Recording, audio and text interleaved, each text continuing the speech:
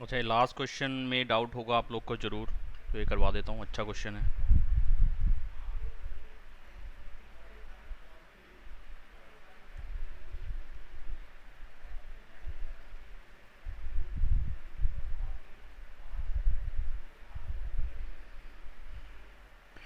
हाँ, एक बेहतरीन क्वेश्चन है ये समझने के लिहाज से। और ये पेपर में आ चुका है, ये 2016 में लिखा हुआ है ब्रैकेट के अंदर, तो 2016 बोर्ड में आया था ये क्वेश्चन में। क्या कह रहा है, the ratio of the sum of the first n terms of two APs. सबसे पहले तो दो एपी की बात बोली है इन्होंने, एन टर्म और टू एपीज। दो अलग अलग एपी हैं जिनकी फर्स्ट टर्म और डिफरेंस में फ़र्क हो सकता है, ठीक है। वरना दो एपी क्यों होते, फिर वो एक ही हो जाता। अगर फर्स्ट टर्म भी सेम है और डिफरेंस भी सेम है तो वो एक ही एपी हो गया, दो क्यों हो गए। तो दो एपी हैं, और जिसका एन टर्म्स का जो सम का रेशो है वो हमें दिया हुआ है ये चीज़, 7n+1 ratio 4n+27। Find the ratio of their एमथ term. निकालना है हमें किस चीज़ का रेशो निकालना है, उनकी एमथ टर्म का रेशो निकालना है, सम का नहीं है। अब यहाँ पे डायरेक्टली एमथ टर्म है, ठीक है। तो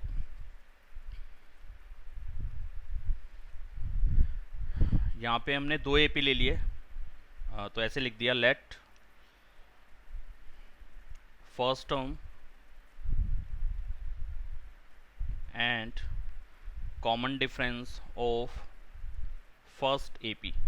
पहले वाले एपी का फर्स्ट टर्म और कॉमन डिफरेंस मैंने लेट कर लिया ए, फर्स्ट टर्म को ए ही मान लिया, और इसकी जो कॉमन डिफरेंस है उसको मैंने डी ही मान लिया, ठीक है। फर्स्ट टर्म को ए मान लिया, कॉमन डिफरेंस को डी ही मान लिया। And first term and common difference of second AP. दूसरे वाले एपी का जो फर्स्ट टर्म और कॉमन डिफरेंस है वो मैंने एक्स और वाई मान लिया, ठीक है, रिस्पेक्टिवली, ठीक है। तो यानी कि फर्स्ट टर्म जो है वो एक्स है और कॉमन डिफरेंस इसका वाई है, और पहले वाले एपी का फर्स्ट टर्म ए है और कॉमन डिफरेंस डी ही है। तो आपके हिसाब से sum of n terms of first AP, और इसके साथ रेशियो बनाया किसका, sum of n terms of second AP, जो इसका रेशियो है वो आपने दिया है 7n+1 रेशियो 4n+27, ये आपने दिया हुआ है। तो अगर मैं कैलकुलेशन पे आऊँ तो मैं सम एस एन का फॉर्मूला अप्लाई कर सकता हूँ ऊपर, यहाँ पे भी और यहाँ पे भी। तो यानी कि जब पहले एपी की सम ऑफ एन टर्म्स निकालूँ तो क्या लिखूँगा मैं, n/2 ब्रैकेट 2a की जगह पे a ही है, और n-1 और d की जगह पे d ही है, ठीक है। ऐसे दूसरे वाले एपी का, सेकेंड एपी का एस एन का रूल लगाऊँ, रूल तो वही रहेगा, n/2 ब्रैकेट में 2a + n-1 into D. N की जगह पे एन ही लगेगा क्योंकि सम ऑफ एन टर्म्स ही बोला हुआ है आपने, इसको मैं चेंज नहीं कर सकता। एस एन का मतलब एन की जगह पे एन ही लगेगा। लेकिन फर्स्ट टर्म दूसरे वाले एपी का अलग है, 2x माना है मैंने वहाँ पे, और n-1 और d की जगह पे y माना है। बात समझ में आ गई होगी आपको। सर मतलब जो रेशो में एन है और जो हमने हाँ, वो n पॉलिटिक्स में n एन लिखा है वो तो सेम है। हाँ, n तो दोनों तरफ ही सेम है ना। n की वैल्यू तो आपने यहाँ पे जो n दिया है वही n यहाँ पे है, वो डिफरेंट नहीं हो सकता। ये n और ये वाला n सेम ही है, यानी कि वो 7 से n को मल्टीप्लाई करा गया है, यहाँ पे 4 से n को मल्टीप्लाई करा गया है, ये रेशियो बना है उसका, ठीक है। तो यहाँ पे क्या चीज़ मेरे सामने आ जाएगी, यहाँ पे मैं एक काम कर सकता हूँ, ये n/2 और ये n/2 तो कट सकता है क्योंकि सेम ही होगा ऊपर और नीचे। बाकी में क्या बच गया, बाकी में बच गया, मतलब कि बाकी जो बच गया वो बच गया 2a n-1 into D upon में 2x + n-1 इंटू वाई, और रेशो तो ये की यही रही। अब हमें फाइंड क्या करना है, उस पर आ जाते हैं ज़रा। ये मेरे को एक इक्वेशन सी मिल गई यहाँ पे, जो आपने इन्फॉर्मेशन दी थी उससे मैं यहाँ तक ही पहुँच पाया हूँ और नहीं पहुँच पाया, ठीक है। तो इसको फर्स्ट नहीं मानेंगे, अभी थोड़ी देर में कुछ चेंजेस होंगे, तो मैं यहाँ पे कुछ स्टेप्स छोड़ के, मतलब कि कुछ स्पेस छोड़ के चल रहा हूँ, यहाँ स्पेस में आगे बना लूँगा। अभी जो चीज़ मुझे फाइंड करनी है उस पर आते हैं। क्या फाइंड करनी है? उन दोनों एपी की mth टर्म का रेशो, दोनों एपी की mth टर्म का रेशो, ना कि उनका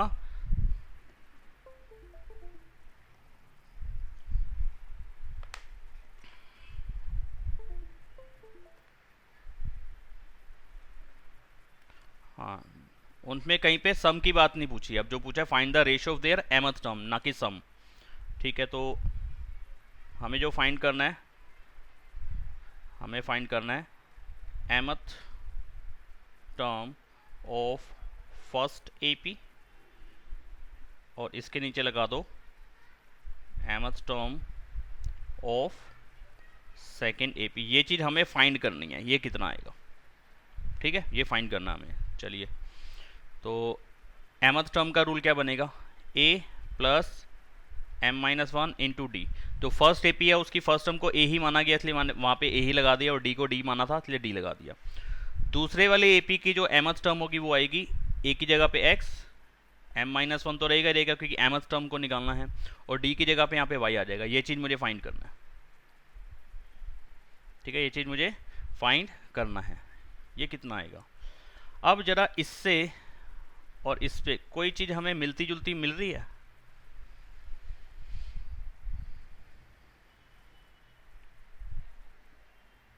ऊपर जो फर्स्ट इक्वेशन लिखी है और जो नीचे फर्स्ट टर्म और कॉमन डिफरेंस सेम है, लेकिन वहाँ पे 2 से मल्टीप्लाई करा हुआ है, यहाँ से 2 से मल्टीप्लाई नहीं किया गया। अच्छा, ऐसा करता हूँ, फर्स्ट वाले एपी को इसके जैसा बनाने की कोशिश करूँ या इसको उसके जैसा बनाने की कोशिश करूँ, चॉइस आपकी है, कैसे भी कर सकते हो। ठीक है, या तो आप इसको 2 से मल्टीप्लाई करा दो या उसको 2 से डिवाइड करा दो, तो लगभग कुछ चांसेस है सेम बनने के। कैसे? तो ऐसा करता हूँ मैं, ज़्यादा बेटर रहेगा कि ऊपर वाली इक्वेशन को 2 से डिवाइड करा दूँ, तो आपको थोड़ा समझने में थोड़ी और आसानी होगी। ठीक है, तो ऐसा करता हूँ, ये जो पहली वाली इक्वेशन है ना, इसका देखो, अगर कहीं पे मैं लिख दूँ x अपॉन में y is equal to 5 upon में 6, तो ऐसा कर सकता हूँ कि x अपॉन में 2, y अपॉन में 2 इज इक्वल टू 5 अपॉन में 6। यानी कि इस तरफ मैंने न्यूमरेटर और डिनोमिनेटर दोनों को 2 से डिवाइड कर दिया, कुछ फर्क तो पड़ेगा नहीं। अगले स्टेप में ऐसे ही हो जाएगा, x अपॉन में 2 इंटू 2 अपॉन में y is equal to 5 upon में 6, 2 से 2 कट जाएगा, तो x अपॉन y वापस से आ जाएगा 5 अपॉन 6 के इक्वल। ये वाली चीज़ घूम फिर के वो आ गई, यहाँ पे लास्ट में आ गई। जो क्वेश्चन स्टार्ट हुआ था वहीं पे मैं पहुंच गया वापस। यानी कि 2 से डिवाइड करने पे मेरे क्वेश्चन पे कोई फर्क पड़ने वाला नहीं है। अगर मैं न्यूमरेटर पे डिवाइड कर रहा हूँ और डिनोमिनेटर पे भी डिवाइड कर रहा हूँ तो बैलेंस हो रहा है। ठीक है, तो मैथ्स का वही रूल मैं फॉलो कर रहा हूँ कि मेरे को 2 चाहिए नहीं, ये वाला 2 चाहिए नहीं, तो क्या करूँ? इस वाले 2 को ख़त्म करने के लिए क्या करूँ कि both numerator and denominator divided by 2 कर दूँ, तो इसके जैसा बनने के चांसेस हैं। ठीक है, बन जाएगा, करके दिखाता हूँ मैं आपको। तो ऐसे लिख दूँ इसको, 2a plus n minus one into D, ये पूरा डिवाइड हो गया 2 से, और इसके नीचे था 2x plus x minus one, sorry n minus one है, कहीं पे x नहीं है, ये n minus one into D की जगह पे यहाँ पे y था, और ये भी 2 से डिवाइड हो गया। रेशो तो वही रहेगी, स्पेस और बनाना पड़ेगा।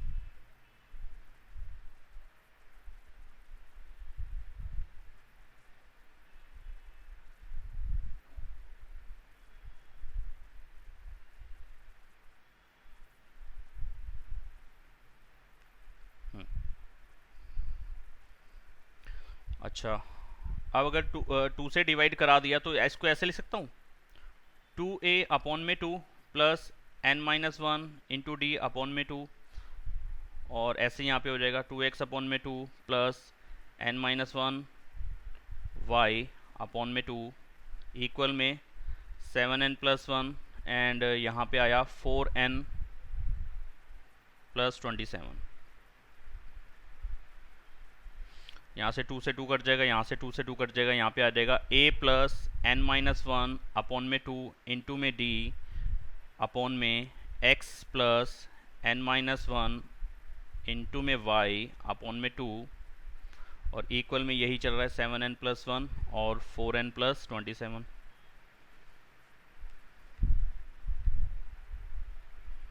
समझ में आ रहा है कुछ क्या कर रहा हूँ मैं?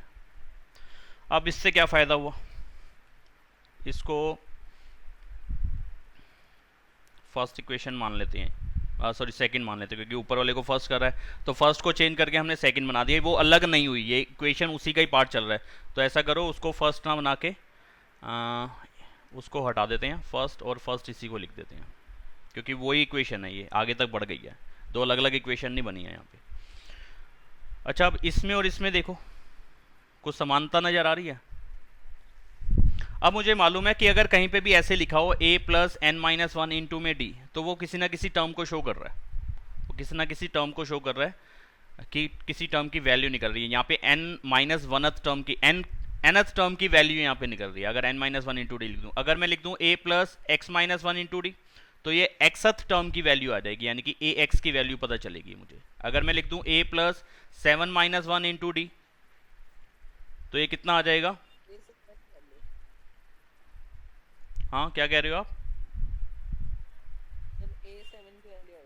a7 की वैल्यू नहीं आएगी, a6 की वैल्यू आएगी, ठीक है ना?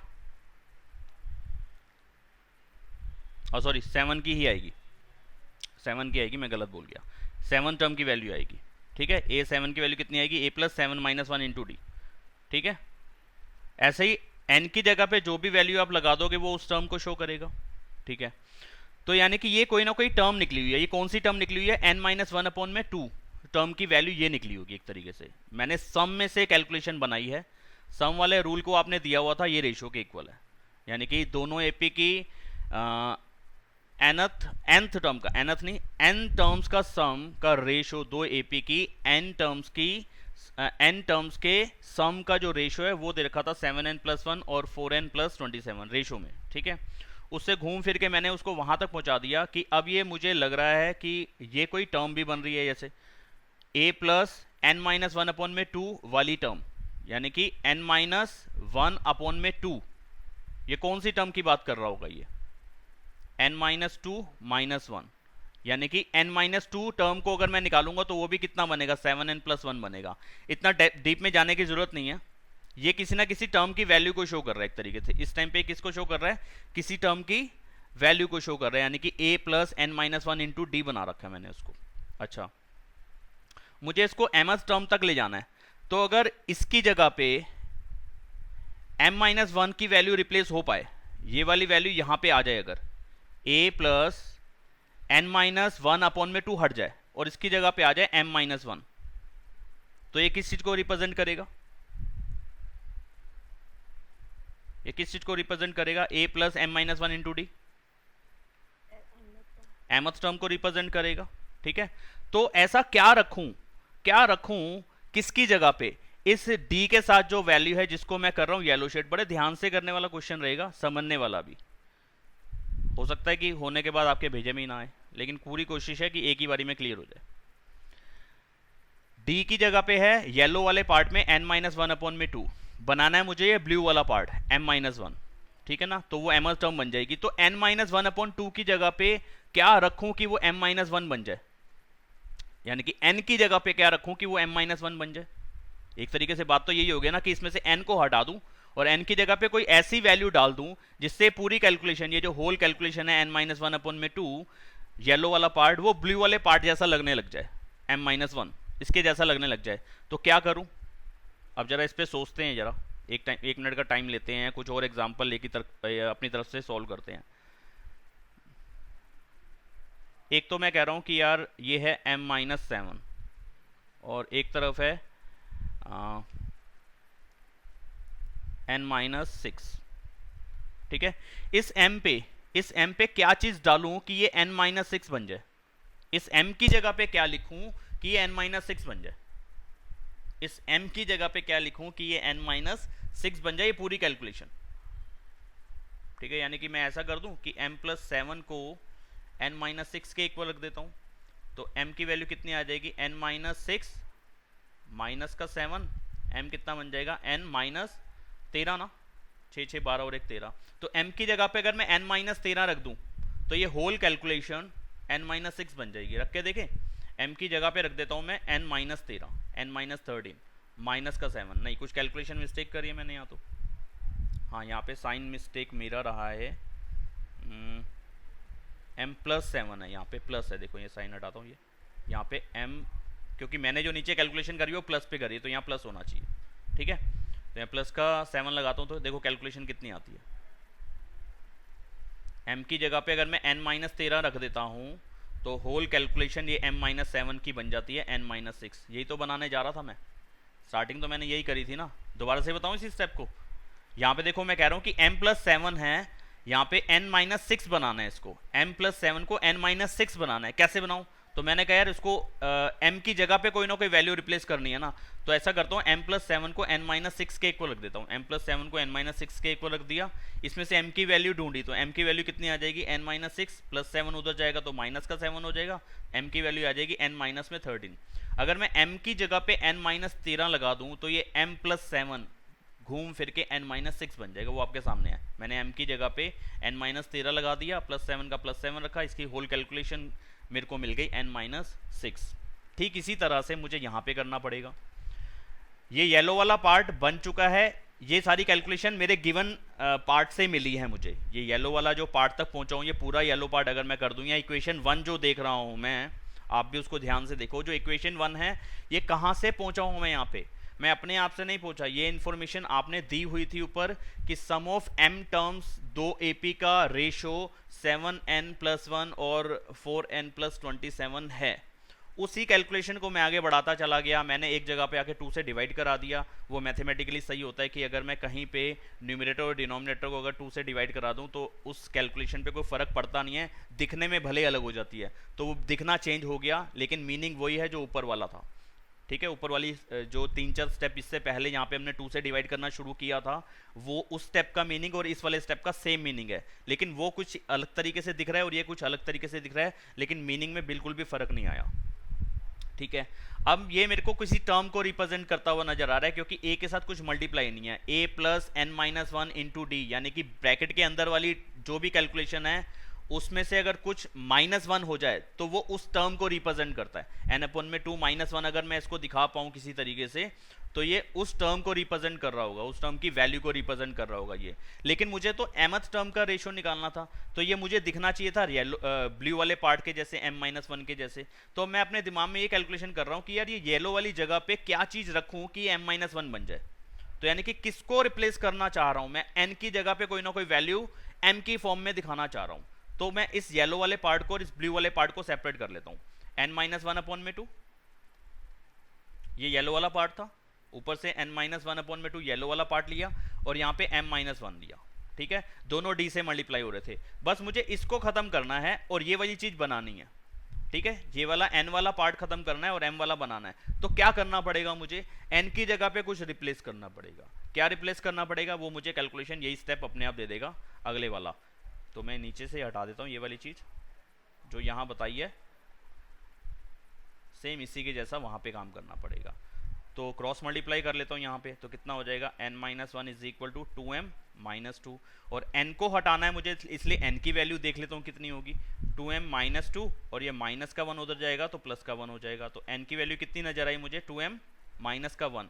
अगर मैं ऊपर जो येलो वाला पार्ट था उसमें n को हटा के 2m-1 लगा दूंगा ना, तो मेरे को वो m-1 वाली टर्म पता चल जाएगी। यानी कि वहां पे उस ब्रैकेट में ब्लू वाले ब्रैकेट के ब्लू वाली जगह पे सॉरी येलो वाली जगह पे ये ब्लू वाली वैल्यू बन जाएगी। यानी कि येलो वाली जो वैल्यू है वो हट जाएगी और उसकी जगह पे बन जाएगा m-1। मैं आपको लगा के चेक करा रहा हूँ।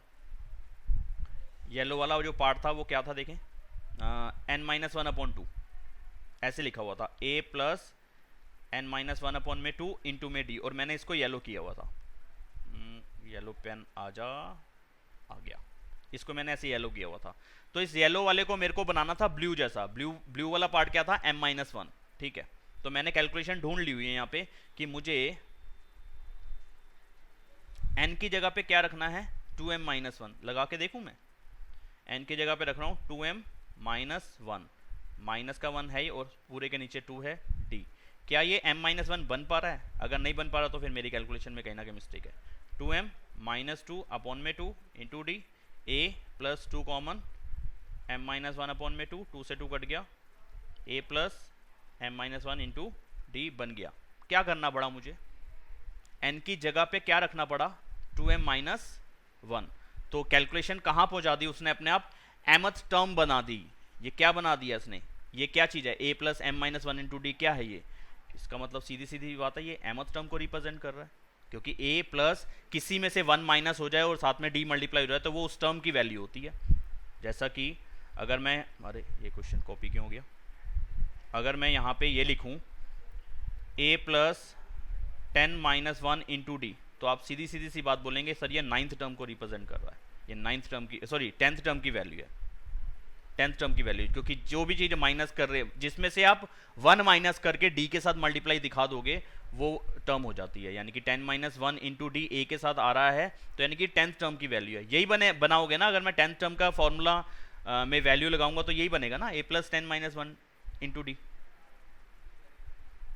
बताओ समझ में आ रही है बात के नहीं आ रही?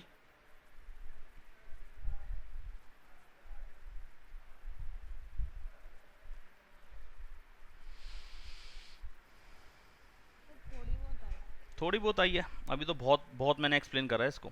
चलो अभी फिर से कर रहा हूं। तो सबसे पहले आपको ये देखना है कि आप इस फर्स्ट इक्वेशन तक पहुंच पा रहे हो, यहां तक पहुंच पा रहे हो, ये कैलकुलेशन के स्टेप्स कर पा रहे हो, यहां तक पहुंच पा रहे हो कि नहीं पहुंच पा रहे हो? यहां तक पहुंचने में किस बच्चे को दिक्कत आ रही है? ये देखो एसएन का रूल लगाया, पहले वाले एपी का फर्स्ट टर्म मैंने ए माना, डी को मैंने डी माना, दूसरे वाले एपी का फर्स्ट टर्म मैंने एक्स माना और उसके डी को मैंने वाई माना। तो आप एसएन का जो रूल था एन अपॉन में two a plus n minus one into d, इसमें ए की जगह पे ए लगाओ, डी की जगह पे डी लगाओ, एन की जगह पे एन ही लगाओ, क्योंकि एन टर्म्स का सम आपने बता रखा है। तो पहले वाले में तो कोई चेंजेस हुए नहीं, लेकिन दूसरे वाले एपी के अंदर जो फर्स्ट टर्म थी वो मैंने एक्स मानी थी, इसलिए ए की जगह पे मुझे एक्स लगाना पड़ गया, और डी मैंने वाई लेट किया हुआ था इसलिए डी की जगह पे मैंने वाई लगा दिया। दो एपी की एन टर्म्स का जो सम था और जो उसका रेशो था वो था 7n plus one ratio 4n plus 27, तो मैंने उसके इक्वल रख दिया जैसा आपने क्वेश्चन में बोला। मैंने एक स्टेप आगे और कैलकुलेट कर लिया कि n अपॉन टू और n अपॉन टू तो यार कट सकता है, सेम ही नंबर ऊपर आएगा सेम ही नीचे आएगा तो कट जाएगा, ठीक है। फिर मेरी अगली कैलकुलेशन पहुंच गई 2a प्लस, यानी कि सिर्फ यहाँ से n अपॉन टू वाला पार्ट कट गया, बाकी सारा का सारा लिख दिया मैंने, ठीक है। इसको मैंने छोड़ दिया। अब मैं इससे आगे अगली वैल्यू तक पहुंच सकता था डायरेक्टली, क्योंकि अगर मैं थोड़ा दिमाग लगा के चलता कि आपने पूछा क्या है, आपने पूछा है mth टर्म का रेशो, ठीक है। तो वहां पे जब भी कोई भी टर्म किसी भी एपी की मैं निकालता हूं तो उसके अंदर फॉर्मूला ये वाला लगता है a plus n minus one into d. तो a के साथ कुछ भी मल्टीप्लाई नहीं होता, एक खाली होना चाहिए, तो मेरे को यहां से एक खाली करना था, ठीक है। यानी कि a के साथ 2 नहीं चाहिए था, तो 2 नहीं चाहिए था तो मुझे किससे डिवाइड करा देना चाहिए था, 2 से। मैथ्स का रूल है जिससे ऊपर करोगे उससे नीचे करना पड़ेगा, और नीचे भी अपने आप से 2 पहले ही आ रहा है, बाहर आ रहा है, 2 के साथ x आ रहा है, तो इसका भी मुझे 2 खत्म करना था, इसका भी मुझे 2 खत्म करना था, इसलिए both numerator and denominator divided by 2 से मैंने डिवाइड करा दिया। तो अब आपके दिमाग में ऐसा तो नहीं आ रहा कि सर इधर लेफ्ट हैंड साइड पे आपने 2 से डिवाइड कराया तो राइट पे भी कराना होता है?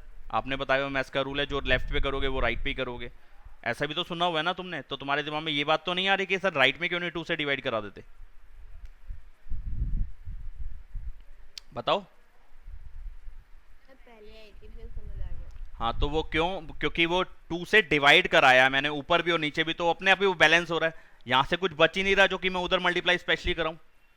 अगर कराना है तो उधर करा लो, इसको भी 2 से डिवाइड कराया, इसको भी 2 से डिवाइड कराया, अगले स्टेप में 2 से 2 भी कट गया। यहाँ पे काटना मेरे को इसका कोई यूज ही नहीं बन रहा था इसलिए कट जाता, वहां पे इस 2 का यूज इसके साथ हो रहा था, इसके साथ हो रहा था, इसलिए 2 ये वाला कट गया, ये वाला बच गया, ये अपने आप बचा, कैलकुलेशन में बचा। इसका ये कतई मीनिंग नहीं है कि मैंने एक्स्ट्रा डाल दिया है, ये बिल्कुल भी मीनिंग नहीं है। इस वाले पार्ट का और नीचे जो आखिर में इक्वेशन 1 बची है बिल्कुल सेम है, बिल्कुल भी फर्क नहीं है, सिर्फ दिखने में अलग लग रहा है।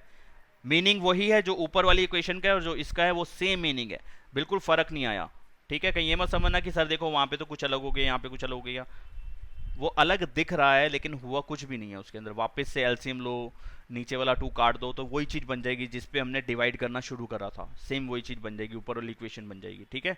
तो यहाँ पे राइट वाले पार्ट में अलग से 2 से डिवाइड करा के दिखाने की जरूरत नहीं है, वो बैलेंस ही हो जाएगा। इसके नीचे भी 2 लगाओगे, इसके नीचे भी 2 लगाओगे, तो वो मुझे कहीं खत्म करके दिखाने की जरूरत नहीं है, वो अपने आप कैलकुलेशन टेढ़ा करने वाला काम हो जाएगा कि 2 को अब मैं जिंदा रखूं, ये 2 से 2 कट गया, अगले स्टेप में खत्म हो गया। अगर आपने आपकी इच्छा थी कि लेफ्ट पार्ट में जो कराया वो राइट में भी करा दो, कराने की जरूरत नहीं थी, क्योंकि लेफ्ट पार्ट में मैंने ऑलरेडी 2 से डिवाइड ऊपर वाली इक्वेशन को कराया, 2 से नीचे वाली को कराया, तो वो 2 से 2 तो कटने का वैसे ही काम हो चुका है ना। अगर मैं सिर्फ इस इधर एक सिर्फ कहता जी इस वाले को मैंने 2 से मल्टीप्लाई कराया, तो फिर मुझे इसको भी करके दिखाना पड़ता मल्टीप्लाई बाय 2, क्योंकि यहां पे मैंने कहीं नहीं लिखा कि सिर्फ न्यूमरेटर को मल्टीप्लाई करा रहा हूं, यानी कि खाली 2 लिखने का मतलब है सिर्फ न्यूमरेटर को मल्टीप्लाई करा रहा हूं, डिनोमिनेटर को कुछ नहीं कर रहा, तो उधर वाले न्यूमरेटर को भी मेरे को मल्टीप्लाई कराना पड़ता, तो वो होता दोनों साइड कराने वाला काम। मैंने इसी साइड पे वो 2 को बैलेंस कर दिया, न्यूमरेटर को भी 2 से डिवाइड करा दिया और डिनोमिनेटर को भी 2 से डिवाइड कर दिया, तो वो 2 बचा ही नहीं है आगे इधर जाने के लिए। ठीक है, तो इन सब बातों को दिमाग में रखना, गलत मत कर देना। जब मैंने 2 से डिवाइड कराया तो दोनों के नीचे 2 लगा सकता हूँ अलग अलग, इसके नीचे भी 2, इसके नीचे भी 2, ऐसे इसके नीचे भी 2 और इसके नीचे भी 2 लगा सकता हूँ। मैंने वही लिख दिया, यहाँ पे 2 से 2 कट गया दोनों तरफ, ऊपर और नीचे। मेरे पास बच गया ये येलो वाली इक्वेशन, जो इक्वेशन 1 लिखी है, जिसमें मैंने येलो पार्ट शेड करके दिखाया। यहाँ तक हम पहुँच गए थे। फिर मैंने mth टर्म को निकाला कि mth टर्म बनेगी कैसे, हमारी जो mth टर्म दिखती है वो कैसे दिखती है, वो ऐसे दिखती है a plus m minus 1 into D, और नीचे वाले में x plus m minus 1 into D. फिर मैंने कहा यार इससे इस तक पहुंचना हो तो मुझे n माइनस 1 अपॉन में 2 की जगह पे m माइनस 1 दिखा देना चाहिए बस, तो वो अपने आप ये वाली कैलकुलेशन m माइनस 1 टर्म तक ले जाएगी मुझे, यानी कि m माइनस 1 दिखा देगी, और उसका एक्चुअल मीनिंग होता है mth टर्म, am और am, ये फर्स्ट एपी की, ये सेकेंड एपी की। ठीक है, तो मेरे को करना क्या था, इस येलो वाली जगह वाले पे जो वैल्यू लिखी है n माइनस 1/2, इसको बना देना है m माइनस 1। तो कैसे बना सकता हूं, तो मैंने डायरेक्टली इसका रिश्ता जोड़ दिया, n माइनस 1/2 को m माइनस 1 के इक्वल दिखा दिया, तो यहां से मुझे n की एक नई वैल्यू मिल गई 2m माइनस 1। तो मैंने चेक भी कर लिया साइड में कैलकुलेशन करके कि n की जगह पे अगर मैं 2m माइनस 1 रख देता हूं तो क्या ये होल कैलकुलेशन mth टर्म जैसा दिखता है, यस दिखता है, a plus m minus 1 into D जैसा बन जाएगा, जिसको कि मैं mth टर्म लिख सकता हूं। ठीक है, तो अब मैं यहाँ क्या करूंगा, जो मैंने चेकिंग वाला पार्ट किया है वही मैं यहाँ पे लिख दूंगा कि put n is equal to 2m minus 1 in equation number 1। ठीक है, इक्वेशन 1 के अंदर मैं n की जगह पे 2m माइनस 1 लगा रहा हूं। ठीक है, तो क्या हो रहा है इससे, वो मैं ऊपर करके तो दिखाई चुका हूं आपको कि यहाँ पे जो n की जगह पे वैल्यू रखूंगा 2m माइनस 1, तो ये बन जाएगा m माइनस 1, और ये ऐसे नीचे वाला भी क्या बन जाएगा m माइनस 1। वो साइड में मैंने कैलकुलेशन करके दिखा दिया, मैं दोबारा से नहीं लिख रहा हूँ स्टेप को, कि n की जगह पे मैंने लिखा 2m माइनस 1, ये चेकिंग मैंने कर दिया, साइड में लिख के दिखा दिया आपको कि ये कैलकुलेशन यहाँ तक पहुँचेगी m माइनस 1 तक। ये 10 वाला पार्ट हटा देता हूँ क्योंकि ये सोल्यूशन का पार्ट नहीं रहेगा। ठीक है, तो जब मैं रखूंगा तो जो लेफ्ट वाला पार्ट है वहां पे ऊपर बन जाएगा a plus m minus 1 into D, और नीचे बन जाएगा x प्लस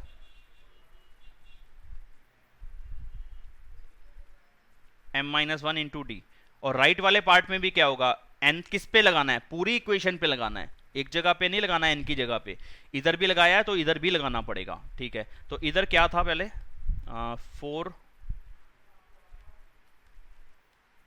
7n प्लस 1 और 4m प्लस 27,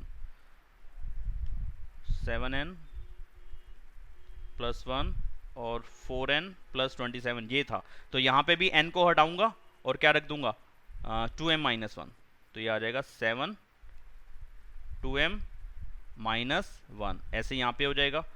4 के साथ m था तो 4 और m n था, n को हटा के कितना बन जाएगा 2m माइनस 1 और प्लस का 27। बस इसकी कैलकुलेशन कर लेते हैं, तो 7 इंटू 2 14m माइनस 7 प्लस 1, और नीचे आ जाएगा 4 इंटू 2 8m माइनस 4 प्लस 27, किसके इक्वल बन जाएगा ये 4m माइनस का 6, और नीचे कितना आ जाएगा 8m प्लस का 23। तो ये बना a plus m minus 1 into D की वैल्यू और x plus m minus 1 into D की वैल्यू। ये रिप्रेजेंट कर रहा है फर्स्ट एपी की mth टर्म को, और ये वाला रिप्रेजेंट कर रहा है सेकंड एपी की mth टर्म को। ठीक है, a डैश डाल देता हूँ, ऐसा करता हूँ a डैश m, यानी कि सेकंड एपी को मैंने a डैश दिखा दिया ऐसे। आपने 14 की जगह पे शायद 4 लिख दिया। हाँ, तो 14 लिख देते हैं, 14m माइनस 6, तो ये हमारा आंसर रहेगा यहाँ पे 14m माइनस 6 और 8m प्लस 27। 3, 49 - 6 और 8m + 23, इसका मैंने आंसर दिया हुआ है आपको। आई बात समझ में? लगा ना टेढ़ा क्वेश्चन थोड़ा सा? फिर इसका कोई और तरीका नहीं हो सकता? हाँ हो सकता है, तुम यहाँ पे करके दिखा दो। मैं सर अगर हम हाँ अगर हम 1 लगा दें n की जगह, पहले 1 1 फिर 2 लगा दे, तो ऐसे मतलब value मतलब निकालने मतलब की- मतलब मतलब नहीं, उस तरीके से नहीं हो पाएगा। उस तरीके से नहीं हो पाएगा क्योंकि हर एपी के अंदर सेम तरीके की रेशो नहीं चलती है। जो आप सोच रहे हो ना कि m की जगह पे मैं n की जगह पे पहले 1 लगा लूं फिर 2 लगा लूं, उससे क्या होगा हासिल, एक बार बताएं जरा मुझे। a की वैल्यू आ जाएगी और a2 की, तो फिर d भी निकल पाएगा। कैसे कैसे कैसे कैसे कैसे बताएं जरा। सर मतलब मैं कर रहा हूँ अभी, मुझे पता नहीं है। नहीं होगा, वो रेशो वाला पार्ट है। आपको दो एपी की रेशोस में कुछ मिलेगा तो, और ऐसा कभी नहीं होता कि जो उनकी टर्म्स की जो रेशो चलती है वही उनकी सम में भी वही सेम रेशो चलती है, ये कभी नहीं होता।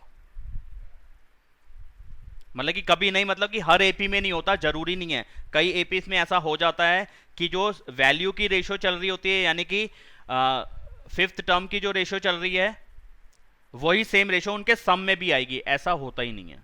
तो आप वो गलत सोच रहे हो, पहले बता दूं, उस तरीके से नहीं करना कि आप यहां पे जो लगाओगे वो सम की रेशो पता चल जाएगी, टर्म की रेशो नहीं पता चलेगी। तो सम की रेशो से टर्म की रेशो फिर निकालने का कोई और तरीका रहेगा ही नहीं आपके पास वहां पे। उस तरीके से नहीं कर सकते आप जो सोच रहे हो। मैं एक एग्जांपल लेके बताने की कोशिश करता हूं, मुझे 1 मिनट का टाइम दो। समझ गया, मैं समझ गया। समझ पाए हो क्या बोला मैंने? कि जो हाँ सर मैं समझ गया। हाँ, जो टर्म का रेशो चलता है वही उनके सम का भी रेशो नहीं होता। सर आप कह रहे हो a5/a5 की वैल्यू और s5/s5 की वैल्यू इक्वल नहीं हो हाँ इक्वल हो सकती है, जबरदस्ती नहीं कि सारे सकती है, पर इस केस में नहीं होगी। सारे एपी में नहीं होती, इसलिए ये मान के नहीं चल सकते कि इस एपी में भी हो जाएगी। मान के नहीं चल सकते, भले ही होती हो, लेकिन मैं मान के नहीं चल सकता क्योंकि वो सारे एपी पे रूल एप्लीकेबल नहीं है, उस तरीके का काम नहीं हो सकता। इसलिए मैं कैसे मान सकता हूँ कि इस एपी में होगा, या मैं कैसे कह सकता हूँ कि इस एपी में वैसा नहीं हो सकता। हो भी सकता है और नहीं भी हो सकता, तो फिर वो कोई रूल नहीं बन सकता।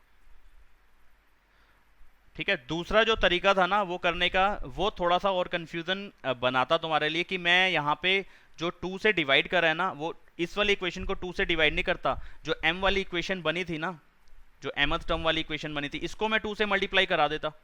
अगर आप इसमें समझ चुके हो तो उसमें भी समझ जाओगे, लेकिन होगी सेम ही बात।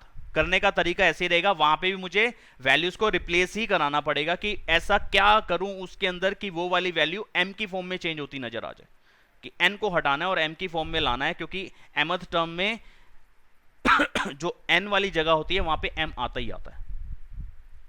अब इसको एक बार खुद से स्टडी करना, पूरे क्वेश्चन के सॉल्यूशन को पूरा स्टडी करना एक बार कि क्या करा है एक्चुअलिटी में मैंने, और ऐसा करना से मुझे कुछ फायदा रहता भी, या लॉजिकली भी हुआ है, या ऐसे ही बेतुकी बात होगी। या जब अपने आप को ऐसे समझा पाओगे तो ठीक है, नहीं आएगा तो फिर अगर कोई डाउट बनता है तो अगली क्लास में भले ही पहले पूछ लेना, फिर मैं अगले कोई नया चैप्टर स्टार्ट कराऊंगा।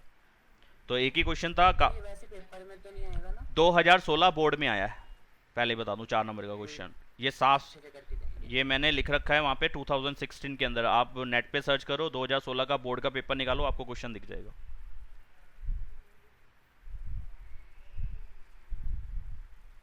और उस साल भी बच्चे करके आए थे, यानी कि फुल मार्क्स आए थे। अब चक्कर यह है कि 2016 में था ग्रेड सिस्टम। तो वहाँ पे ग्रेड सिस्टम में क्या होता था कि अगर मानो किसी के 91 से लेकर के 100 तक के मार्क्स आए हैं, उनको तो 10 ग्रेड ही मिलता था। हो सकता है कि लगभग सभी बच्चों का, हो सकता है गलत हुआ वहाँ पे, तो सबके 96 भी आए थे तो उनको ग्रेड तो 10 ही मिलता था ना।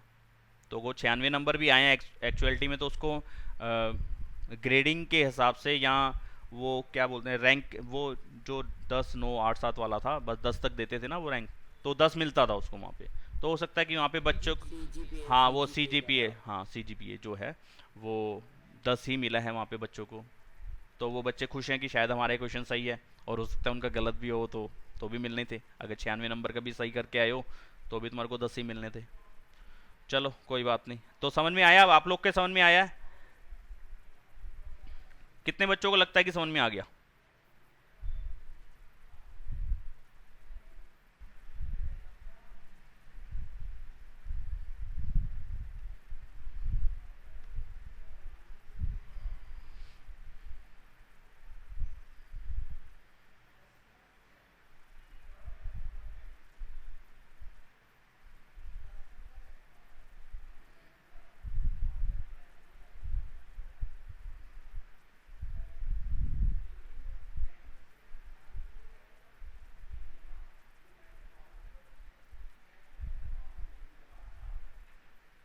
हाँ जी, बताओ कोई डाउट है किसी का इस शीट के किसी क्वेश्चन में, कुछ पूछना चाहते हो तो।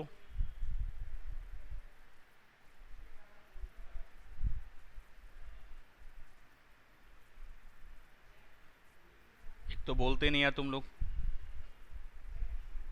सर अभी पूरा नहीं हुआ, 2-3 क्वेश्चन, थोड़े से क्वेश्चन बचे हैं जो करें उनमें किसी में डाउट। नहीं हो गए सर। चलो फिर एक मैं से ऐसा है पीछे से दो, 12 तक तो। ठीक है मैं फिर पीछे वाले कुछ एक क्वेश्चन करा रहा हूँ। क्वेश्चन नंबर 21 ले रहा हूँ।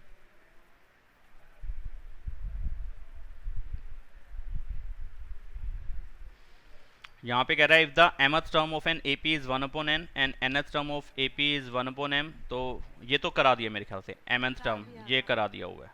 आगे बढ़ते हैं। और ये वाला देखो 20th question, if the mth term of an AP is 1/n, nth term is 1/m, show that the sum of mth term, ये सेम ही तो हो गया, ये सेम ही है क्वेश्चन। नहीं, क्वेश्चन सेम नहीं है। nth टर्म 1/n है और mth टर्म 1/m है, तो कर लेते हैं। चलो करने का तरीका लगभग वैसे ही है, लेकिन फिर भी एक में सम पूछा है सर और एक में टर्म पूछी है। चलिए करते हैं। हाँ यहाँ सम पूछा है, if the mth term of an AP is 1/n, तो mth टर्म दिया है 1/n, तो इसका मतलब बन जाएगा a plus m-1 into D 1/n के इक्वल, इक्वेशन 1। फिर आपने दूसरी बार बोला कि जो nth टर्म है वो 1/m के इक्वल है, तो nth टर्म 1/m के इक्वल है, तो इसमें से बन जाएगी बात a plus n-1 into D 1/m के इक्वल, ये बने इक्वेशन दूसरी। इन दोनों को सॉल्व कर लेते हैं।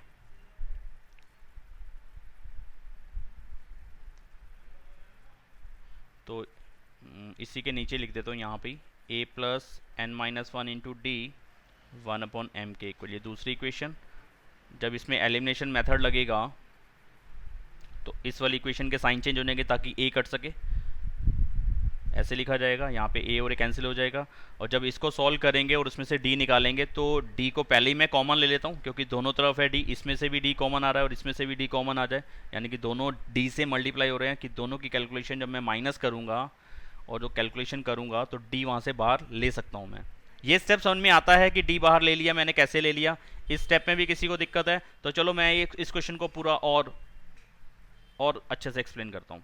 तो ऐसे हुआ m-1 इंटू डी, ये ऊपर वाला पार्ट है, फिर माइनस, और माइनस के बाद था n-1 इंटू डी, और किसके इक्वल 1/n माइनस 1/m के इक्वल, ठीक है जी।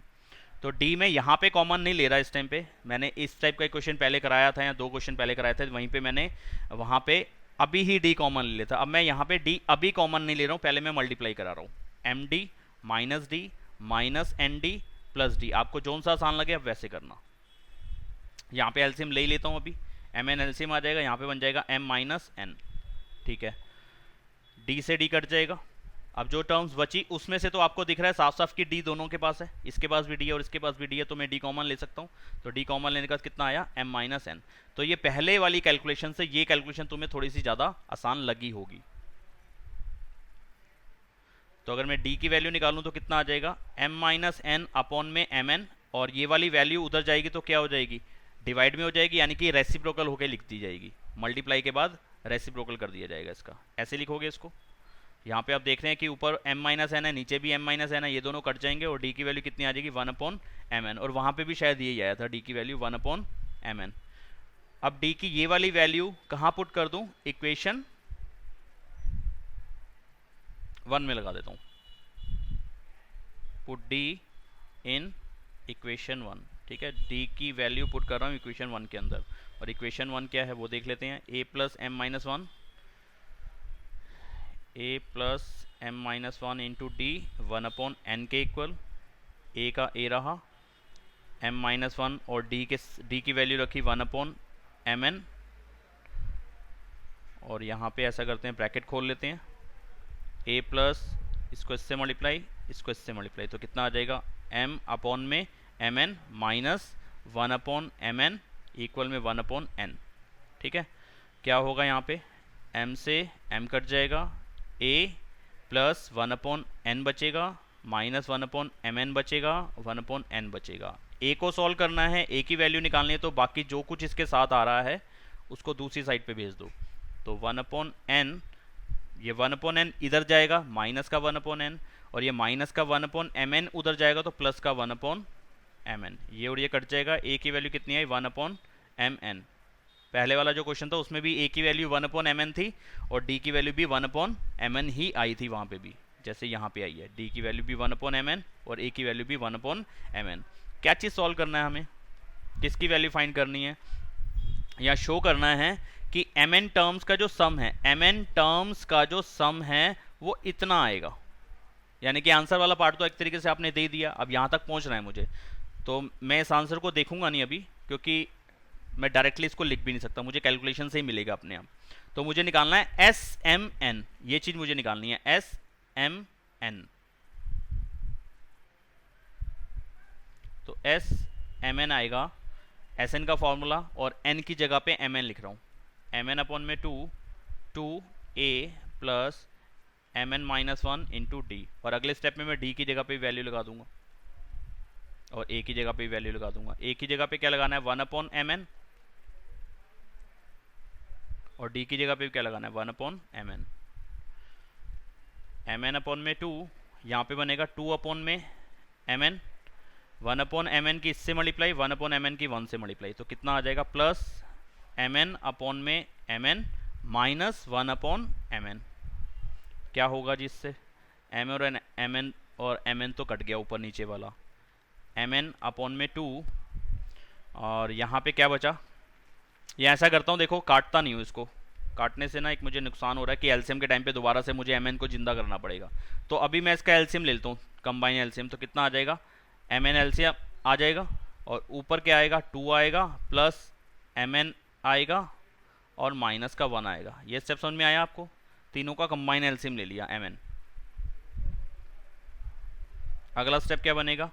MN/2, MN2 माइनस 1 कितना आ जाएगा? प्लस 1 आ जाएगा, अपॉन में कितना आया? mn। ठीक है, ये मल्टीप्लाई वाला स्टेप बन गया। mn से ये mn कट सकता है, तो क्या बच गया? mn+1 अपॉन में 2, किसके equal? Sum of mn terms. यही चाहिए था, mn+1 अपॉन में 2, mn+1 और इसके नीचे 2।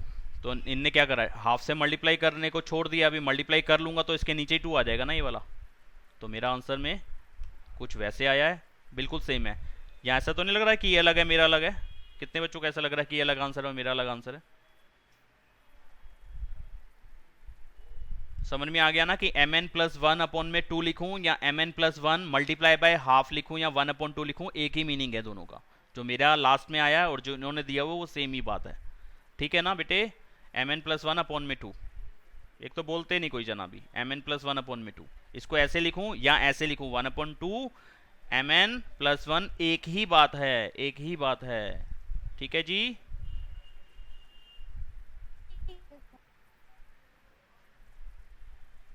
आज कौन कौन नहीं है? पलक तो अभी आई थी, कहाँ गई अभी?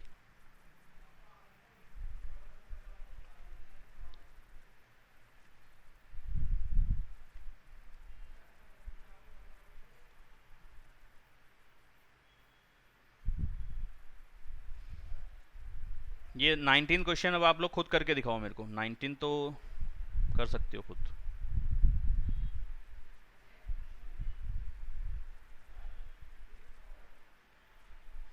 Find the sum of all integers between 84 and 719 which are multiple of 5। Integers कौन से होते हैं? इंटीजर्स जैसे 1 2 3 4 5 6, यानी कि 1 से आगे जो भी नेचुरल नंबर हम काउंट करते हैं, 0 के बाद जो भी नेचुरल नंबर है, यानी कि वो 1 से स्टार्ट होंगे ना नेचुरल नंबर, 1 2 3 4, ये पॉजिटिव नेचुरल नंबर जो है वो इंटीजर है। और 0 भी इंटीजर है, -1 -2 -3 भी इंटीजर है, लेकिन वो पॉजिटिव तो नहीं है ना, माइनस वाले तो माइनस वाले हो गए। तो यहाँ पे आपने क्या बोला है? Find the sum of all integers between 84 and 719। 84 से 719 के बीच के जो भी इंटीजर्स हैं वो सारे पॉजिटिव ही होंगे, क्योंकि 84 भी पॉजिटिव बोला है आपने और 719 भी पॉजिटिव बोला है। यानी कि 84 और 719 के बीच के नेचुरल नंबर जो 5 का मल्टीपल हो, एक तरीके से यही पूछा है आपने। तो कर सकते हो 84 और 719 के बीच में जितने भी 5 के मल्टीपल हैं उनका सम निकालना है। तो 84 के बाद ऐसा नंबर जो 5 के टेबल में आता हो वो कौन सा होगा? 85 ही होगा, क्योंकि पीछे जिसके 5 हो या 0 हो वो 5 के टेबल में आने वाले नंबर होते हैं। तो 84 के बाद ऐसा नंबर देख लो जिसके लास्ट में 5 लगा हो। तो वो डिवाइड वाले मेथड से करके देखने की यहाँ पे ज़रूरत नहीं है, क्योंकि इसका तो सीधा सीधा सा रूल है कि 5 से डिवाइड होने वाले नंबर या 5 के मल्टीपल, वो दोनों एक ही बातें हैं। मल्टीपल ऑफ 5 या डिविजिबल बाय 5 एक ही बात होती है यहाँ पे। 84 के बाद जो नंबर 5 के टेबल में आता होगा वो होगा 85, ये सभी को समझ में आता होगा। 85 के बाद वाला नंबर होगा 90, 90 के बाद वाला नंबर होगा 95 और 95 के बाद वाला नंबर होगा 100, यानी कि 5-5 आगे बढ़ाते जाना है। ऐसे ही लास्ट वाला नंबर 719 तो 5 के टेबल में आता नहीं, और वैसे भी आपने बिटवीन वर्ड यूज़ करा है, तो बिटवीन मतलब कि अगर ये आता भी होता, अगर 719 की जगह 720 होता तो ये नंबर आता था 5 के टेबल में, लेकिन ये ले नहीं सकता क्योंकि बिटवीन वर्ड आपने लगा दिया, तो मुझे इसको इंक्लूड नहीं कराना होगा। तो 719 से ठीक पहले वाला नंबर कौन सा होगा जो 5 के टेबल में आता होगा? उसके लास्ट में 5 होना चाहिए या 0, तो पहले 5 वाला आएगा, इससे पहले 0 वाला आएगा, यानी कि 710। इस तरीके से बीच के नंबर भेज दिया, कोई बात नहीं, अभी देखते हैं। तो सबसे पहले आपको एपी बनाना था, ये रेड वाला एपी बन गया, क्योंकि इसके अंदर सब में 5-5 का फर्क आ रहा है। ये एपी बन गया, यहाँ से लेकर के यहाँ तक ये रेड वाला पार्ट जो है एपी बन गया। इसकी फर्स्ट टर्म है 85, डी है 5 और एन है, यहाँ लास्ट टर्म है 715।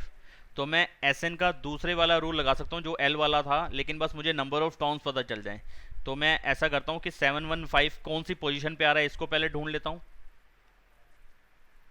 तो मैं ऐसे लिख दूंगा कि ए एन कोई टर्म जो है वो 715 बन रही है इस एपी की, कौन सी जगह पे बन रही है, एन को ढूंढने लगे हैं। A plus n minus one into d 715, a की जगह पे 85, एन माइनस वन और डी की जगह पे 5। तो एन माइनस वन की वैल्यू कितनी आएगी? 715 माइनस 85 अपॉन में 5। एन माइनस वन कितना आएगा? 0, और 11 में से 8 गए कितना होता? आपने तो बोला था खुद करना है। अब मैंने कराना शुरू कर ही दिया, तो करा ही दिया।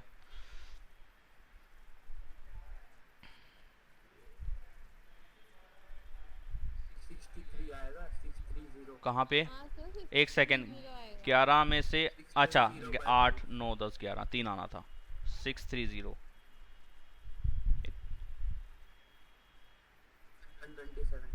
126।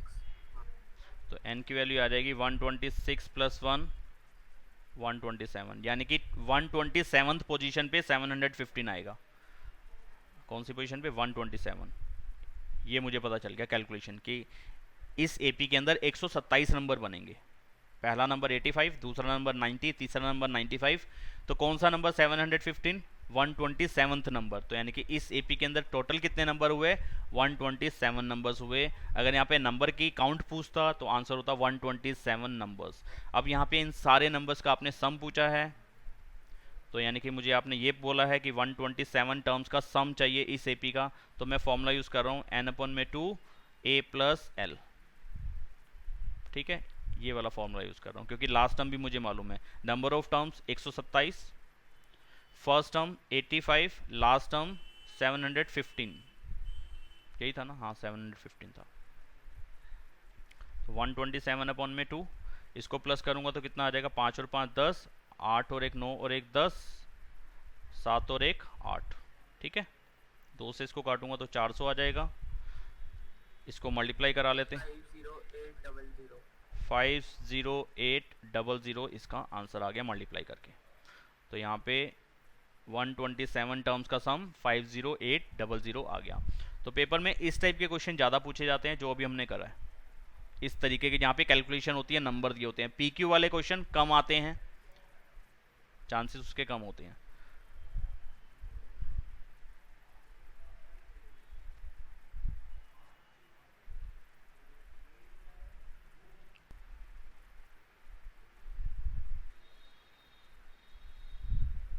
चलो थर्ड क्वेश्चन करके दिखाओ।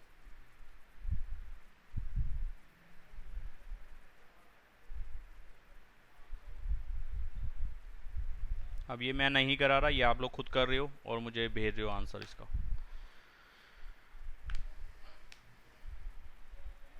और बेहद आसान क्वेश्चन है, इससे आसान की तो पेपर में उम्मीद भी मत करना।